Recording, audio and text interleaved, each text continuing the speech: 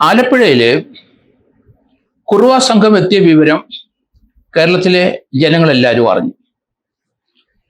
രണ്ടു മൂന്ന് ദിവസം ആലപ്പുഴ നിവാസികൾക്ക് ഭീതി ഉണർത്തി ഈ കുറുവ സംഘം. എന്തായാലും അവിടുത്തെ ഡിവൈഎസ്പി മധുബാബുവിന്റെ നേതൃത്വത്തിലെ പോലീസ് ഉദ്യോഗസ്ഥരെ രംഗത്തെത്തി അവരെ കുറുവ സംഘത്തിലെ സന്തോഷിനെയും മണികണ്ഠനെയും അറസ്റ്റ് ചെയ്യുകയും ചെയ്തു. തൽക്കാലം നമുക്ക് ശാന്തത വന്നു. ആലപ്പുഴ ഡിവൈഎസ്പിയെയും ആ സംഘത്തെയും മണ്ണഞ്ചേരി പോലീസിനെയും നമുക്ക് അഭിനന്ദിക്കാതിരിക്കാൻ കഴിയില്ല. വളരെ ഡേഞ്ചറസ് ആയ ഒരു ഗാങ് ആണ് ഈ കുറുവ സംഘം. ഇവര് സാധാരണഗതിയിൽ ഉപദ്രവിക്കും, ആയുധങ്ങളുമായിട്ടാണ് വരുന്നത്. ഇടത്തരം വീടുകളിലാണ് കയറുന്നത്. വലിയ വീടുകൾക്ക് നോട്ടമില്ല. ഗ്രാമങ്ങളിലൊക്കെ വന്ന് പല സ്ഥലങ്ങളിൽ ഇവര് ആക്രി വിറക്കുകയും മറ്റു ചില ജോലികളൊക്കെ ചെയ്ത് ചില സാധനങ്ങളൊക്കെ വിൽക്കുകയും ഒക്കെ ചെയ്ത് ആ ഗ്രാമപ്രദേശവും ഇടനിലക്കാരുടെ വീടുകളൊക്കെ പരിചിതമാക്കിയ ശേഷം അവർ പിന്നീട് വന്ന് ഓപ്പറേറ്റ് ചെയ്യുന്ന രീതിയാണ് കാണുന്നത്. എറണാകുളത്ത് കുണ്ടന്നൂരിലെ പാലത്തിനടിയിലെ ഏകദേശം 14ഓളം ആൾക്കാർ അവിടെ വന്ന് താമസിച്ചു. കുടുംബമായിട്ടാണ് ഇവർ വരുന്നത്. അവിടെ വന്നിട്ട് അവിടെ നിന്ന് അവിടെ മീൻപിടുത്തമൊക്കെ ആയിട്ടൊക്കെ അവരവിടെ കൂടും. നമ്മൾ വിചാരിക്കും മീൻപിടുത്തക്കാരാണെന്ന് വിചാരിക്കും. ഇവർക്ക് പ്രത്യേക വസതികൾ ഇന്ത്യയിൽ എങ്ങുമില്ല, ആധാർ കാർഡുമില്ല, വിദ്യാഭ്യാസവുമില്ല. അവരുടെ കുലത്തൊഴിലാണ് മോഷണം. അതിലവർ അന്തസ്സ് കാണുന്നുണ്ട്. അവരുടെ ഗ്രാമത്തിൽ നിന്ന് അവർക്ക് പ്രത്യേക അനുഗ്രഹം കിട്ടുന്ന അമ്പലങ്ങളുമുണ്ട്. അവിടെ പ്രാർത്ഥിച്ച് അവിടെ വഴിപാട് നേർന്ന് അവിടുന്നാണ് ഇവർ വരുന്നത്. ഇപ്പോഴ് അവർ ഇന്ത്യയിലെ എല്ലാ സംസ്ഥാനങ്ങളിൽ പോയി ഓപ്പറേറ്റ് ചെയ്യാൻ തുടങ്ങിയിരിക്കുന്നു. ആലപ്പുഴയെ കഴിഞ്ഞ ദിവസം പുന്നപ്രയിലെ ഒരു അമ്മച്ചിയുടെ 1.5 പവനും കുട്ടിയുടെ 1/2 പവനും ചേർത്ത് 2 പവൻ ഇടത്തരം വീട്ടിൽ നിന്ന് മോഷ്ടിച്ചുകൊണ്ട് പോയി. അതിനുശേഷം ആലപ്പുഴത്തെ വടക്കക്കര പോലീസ് സ്റ്റേഷൻ അതിർത്തിയിലും ഇവർ വന്നു. മണ്ണഞ്ചേരി പോലീസ് സ്റ്റേഷൻ അതിർത്തിയിലും വന്നു. അതുപോലെ കോമളപുരത്തും ചേർത്തലയിലും കരിയിലക്കുളങ്ങരയൊക്കെ ഇവരെ CCTV ദൃശ്യത്തിൽ കാണുകയും ചെയ്തു.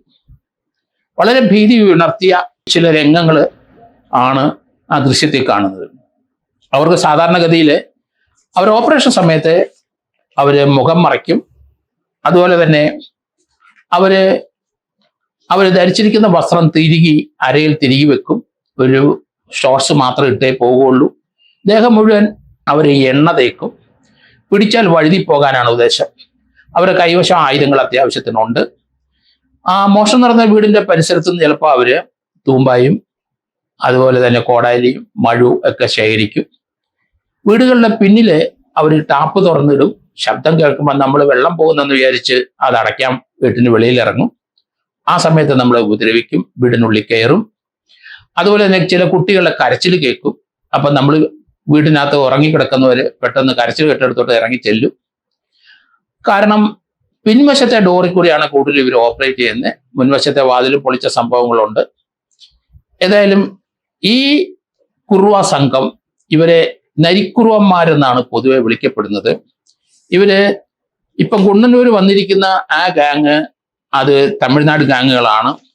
തമിഴ്നാട്ടിലെ അവര് മധുര ഭാഗത്തുനിന്നുള്ളവരും അതുപോലെ തന്നെ തിരുച്ചിറപ്പള്ളി ഭാഗത്തുള്ളവരുമാണ് ഇപ്പോൾ വന്നിരിക്കുന്നത്. റാംജി നഗറിലും ശിവഗംഗയിലും പനവടലി ക്ഷേത്രത്തിലും ഒക്കെ ഉള്ള ആൾക്കാരാണ് ഇപ്പം വന്നിരിക്കുന്നത്. മധുര മീനാക്ഷി ക്ഷേത്രത്തിന്റെ പരിസരത്തും ഇവരുടെ ആൾക്കാരുണ്ട്. ഏതായാലും 2 പേരെ പിടിച്ചോടുകൂടി നമുക്ക് ആശ്വാസമായി. അവര് കുണ്ടന്നൂർ പാലത്തിനടിയിലെ പിടിക്കുന്ന സന്ദർഭത്തിലെ പോലീസിന്റെ പ്രവർത്തനം അങ്ങോട്ട് വ്യാപിക്കുന്നു എന്ന് കണ്ടപ്പോൾ അവിടെ കെട്ടിയിരിക്കുന്ന പ്ലാസ്റ്റിക് കൊണ്ടുള്ള ആ ചെറിയ വീടിന്റെ തറയിലെ അവര് ഏകദേശം ഒരു 5-5.5 അടി നീളത്തിലെ ഒരു കുഴി എടുത്തിട്ടുണ്ടാവും. ആ കുഴിയില് ഒരാൾ പതുങ്ങിക്കിടക്കും. അതിന്റെ മുകളില് അവര് പ്ലാസ്റ്റിക്കോ അതുപോലെയുള്ള ഷീറ്റുകൾ ഇട്ട് അത് മൂടും. ആണുങ്ങൾ ആരും ഇല്ല എന്ന് തോന്നും. അങ്ങനെ പോലീസ് വന്നപ്പം ഇത് കണ്ടു. അവർ വീട് മുഴുവൻ സെർച്ച് ചെയ്തു. ഈ പ്ലാസ്റ്റിക് മാറ്റിയപ്പം അതിനടിയിൽ സന്തോഷം എന്ന് പറഞ്ഞ അയാൾ കിടക്കുന്നത് കണ്ടു. അയാളെ അറസ്റ്റ് ചെയ്തു. അയാളെ കൈ വിലങ്ങ് വെച്ചു. അതിനുശേഷം സ്ത്രീകളും കുട്ടികളും ഒക്കെ പോലീസിന് എതിരായി.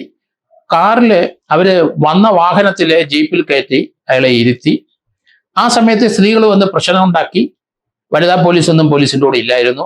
അവർ വാതിൽ തുറന്ന് ഇയാള് ആൻകഫുമായിട്ട് ഓടി. അവിടുന്ന് ചാടി ചതുപ്പ് നിലത്തിൽ കിടന്നു.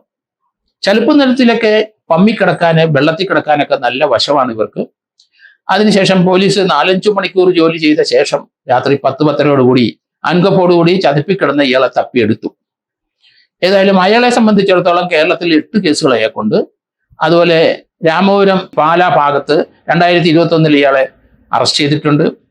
അപ്പൊ ഇയാളുടെ കൂടെയുള്ള മണികണ്ഠന് ഈ സംഘത്തിലുള്ള ആളാണോ, ഇവരുടെ കൂടെ തന്നെയുള്ള ആളാണ്, പുതിയ ആളായിരിക്കാം. ഏതായാലും അയാളെ വിടുന്നത് ശരിയല്ല. അയാൾ ഈ ഗ്യാങ്ങിനകത്തുള്ളതാണ്.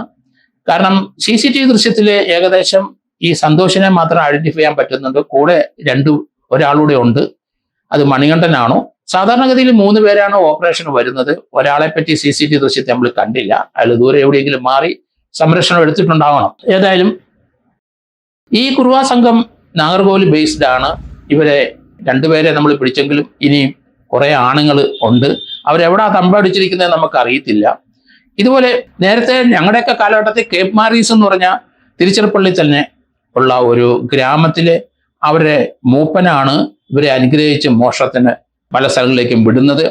അവിടെ പൂജാകർമ്മങ്ങളൊക്കെ നടത്തിയിട്ടാണ് ആ മൂപ്പൻ ഇവരെ യാത്രയാക്കുന്നത്. കിട്ടുന്ന ചെറിയൊരു സംഖ്യ, ചെറിയൊരു വീതം അവിടെ മൂപ്പന് കൊടുക്കണം. ആ കേപ്പ് മാരീസിനെ പിടിക്കാനായിട്ട് കേരള പോലീസിൽ ഞാനും എൻ്റെ അന്നത്തെ DYSP കൂടെ പോയി. ഞങ്ങൾ അവിടെ ജീവൻ രക്ഷപ്പെടുത്തി വന്നെന്നല്ലാതെ അവിടുന്ന് ഞങ്ങളെ ആക്രമിക്കാൻ വന്ന് ഞങ്ങൾ ഓടി രക്ഷപ്പെട്ടു. കാരണം ആ ഗ്രാമത്തിൽ മറ്റൊരാൾക്ക് പ്രവേശനമില്ല. അവിടുത്തെ പോലീസൊന്നും സാധാരണഗതിയിൽ അങ്ങോട്ട് കയറില്ല. എന്തായാലും ഇന്ത്യയിലെ എല്ലാ സംസ്ഥാനങ്ങളിലും ഇതുപോലെയുള്ള കുറുവാ സംഘങ്ങളുണ്ട്. കാരണം വ്യത്യസ്തമായ രീതിയിലാണ് അവരുടെ ഓപ്പറേഷൻ എന്ന് നമുക്ക് പറയാൻ നോക്കുള്ളൂ. അല്ലെ അവരുടെ മോഡസ് ഓപ്പറാൻഡി അങ്ങനെയാണ് പൊയ്ക്കൊണ്ടിരിക്കുന്നത്. ഏതായാലും ഇങ്ങനെയുള്ള ഗാങ്ങുകൾ ഇന്ത്യയിലെ പല സ്ഥലങ്ങളിലുണ്ട്. അവരെയൊക്കെ കേരളത്തിൽ ഓപ്പറേറ്റ് ചെയ്യുന്നുണ്ട്. കേരളത്തിലെ ഇവർക്ക് തീർച്ചയായിട്ടും കൂടുതൽ ഗാങ്ങുകൾ വരാൻ സാധ്യത കൂടുതലാണ്. കാരണം മലയാളികളുടെ സ്വഭാവം അനുസരിച്ച് ഏത് പാവപ്പെട്ട വീട്ടിൽ കയറിയാലും 2, 3, 4 പവൻ സ്വർണ്ണം അവിടെ ഉണ്ടാവും എന്ന് അവർക്കറിയാം. കാരണം ഇവിടുത്തെ സ്ത്രീകളും ജോലിക്കാരും ഡെയിലി വേജസിന് പോകുന്നവരാണെങ്കിലും ശരി, അവരൊക്കെ അല്പസ്വല്പം സ്വർണം അവർ സൂക്ഷിച്ച് വീട്ടിൽ തന്നെ വെക്കും. അങ്ങനത്തെ ഒരു സ്വഭാവക്കാരാണ് മലയാളികൾ. അതുകൊണ്ട് കൂടെ ഇവരുടെ പല ഗാങ്ങിന്റെ വരവ് ഉണ്ടാവും എന്നാണ് ഞാൻ കരുതുന്നത്. ബംഗാളിൽ നിന്ന് ഇവിടെ വന്നിട്ടുണ്ട്. ജലാംഗിയിലുള്ള ഒരു ഗാങ് ഇവിടെ വന്നിട്ടുണ്ട്. അവര് ബംഗ്ലാദേശികളിലും അതിനകത്തുണ്ട്. മുർഷിദാബാദ് ജില്ലക്കാരാണ്. അവിടെ നിന്നും കേരളത്തിൽ വന്ന് ഓപ്പറേറ്റ് ചെയ്തിട്ടുണ്ട്. അതുപോലെ ജാർഖണ്ഡിലെ നമുക്കറിയാം ജംതാരക്കാര്, അവരും കേരളത്തിൽ വന്നിട്ടുണ്ട്. അവർ കുറച്ചുകൂടെ പുരോഗമിച്ചിട്ടുണ്ട്. അവർ ചീറ്റ് ചെയ്യാനും പറ്റിക്കാനൊക്കെ നല്ല ബിരുദമുള്ളവരാണ്. ഇപ്പം പഴയ മോഷണ രീതിയൊക്കെ മാറ്റി ഏകദേശം അവര് ജാർഖണ്ഡിലെ റാഞ്ചിക്കടുത്തുള്ള ഓൺലൈൻ തട്ടിപ്പാണ് അവർ മെയിനായിട്ടും നടത്തിക്കൊണ്ടിരിക്കുന്നത്. അവർ ഏകദേശം 100-120 പേരോളം കേരളത്തിൽ അറസ്റ്റ് ചെയ്തിട്ടുണ്ട് അവർ ഈ അടുത്ത കാലത്ത്. അതുപോലെ ഹരിയാനയിലെ ഷിക്കാപൂറില് ഇതുപോലെ ഒരു ഗാങ് ഉണ്ട്. അവര് ഷിക്കാപൂറില് പല കുറുവാ സംഘങ്ങളും ഉണ്ടെങ്കിലും അവർ കൂടുതലും ചെയ്യുന്നത് ATM കവർച്ചയാണ്. ഗ്യാസ് കട്ടർ ഉപയോഗിക്കും. അവര് ഗ്യാസ് ചെറിയ കുറ്റി കൊണ്ടുവരും. ചിലപ്പം കാറിൽ വരും. അവർ കഴിഞ്ഞ ദിവസം നമ്മളൊരെണ്ണം കണ്ടല്ലോ, ATM കവർച്ച നടത്തിയത് 3 സ്ഥലത്തെ തൃശ്ശൂരും പരിസരത്ത് നടത്തിയിട്ട് അവർ കാറിൽ രക്ഷപ്പെട്ട് അവർ വലിയൊരു ടാങ്കർ ലോറിയിൽ അകത്തോട്ട് ഓടിച്ചു കയറ്റി ആ ലോറിയിൽ അവർ രക്ഷപ്പെട്ട ഭാഗം അത് പിന്നെ പിടിക്കപ്പെടുകയും ചെയ്തു തമിഴ്നാട്ടില്. അപ്പം മോഷണ രീതികൾ വ്യത്യസ്തമാണ്. ജംതാകാരുടെയും അതുപോലെ ജാർഖണ്ഡുകാരുടെയും ഹരിയാനക്കാരുടെയും ബംഗാളികളുടെയും തമിഴ്നാട്ടുകാരുടെയൊക്കെ വ്യത്യസ്ത രീതിയിലുള്ള ആൾക്കാർ തന്നെയാണ്. ഇപ്പം കുണ്ടന്നൂര് തന്നെ കർണാടകയിലുള്ള കുറെ ആൾക്കാർ അവിടെ താമസമുണ്ട്. അവർ മീൻപിടുത്തമായിട്ട് അവിടെ കഴിയുന്നുണ്ട്. അവരുടെ ചെയ്തികൾ എന്തായാലും പോലീസ് വാച്ച് ചെയ്യണം. എന്തായാലും പൊതുവെ കേരളത്തിലേക്ക് ഈ ഇതുപോലെയുള്ള ഗാങ്ങുകൾ വരവ് കൂടുതലാണ്. കാരണം പാലക്കാട്ട് നേരത്തെ ഇതുപോലെ തിരുച്ചിറപ്പള്ളി ഗാങ് വന്നിട്ട് ഓപ്പറേഷൻ നടത്തി. അവരന്ന് കോഴിക്കോട് ക്യാമ്പടിച്ച് അവിടെ തന്നെ എന്തെങ്കിലും ജോലി ചെയ്ത് അവിടുന്ന് ഇങ്ങനത്തെ ദൂരെ 10, 40, 50, 60 കിലോമീറ്റർ അകലെ പോയി ഓപ്പറേറ്റ് ചെയ്യുന്ന സ്വഭാവമാണ്. അതുകൊണ്ട് ആൾക്കാർ സൂക്ഷിക്കണം. രാത്രിയിലെ വീടുകളിലെ വെളിയിൽ ഇറങ്ങുന്നത് വളരെ സൂക്ഷിക്കണം.